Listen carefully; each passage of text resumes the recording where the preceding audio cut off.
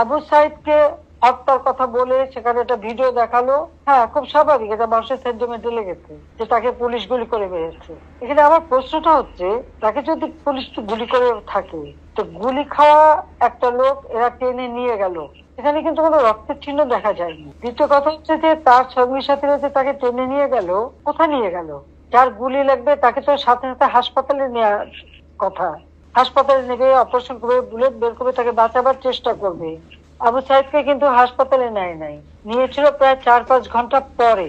4-5 ঘন্টা পরে হাসপাতালে নেওয়ার পর ডাক্তাররা যখন চিকিৎসা করে তখন সে মৃত্যুবরণ করে।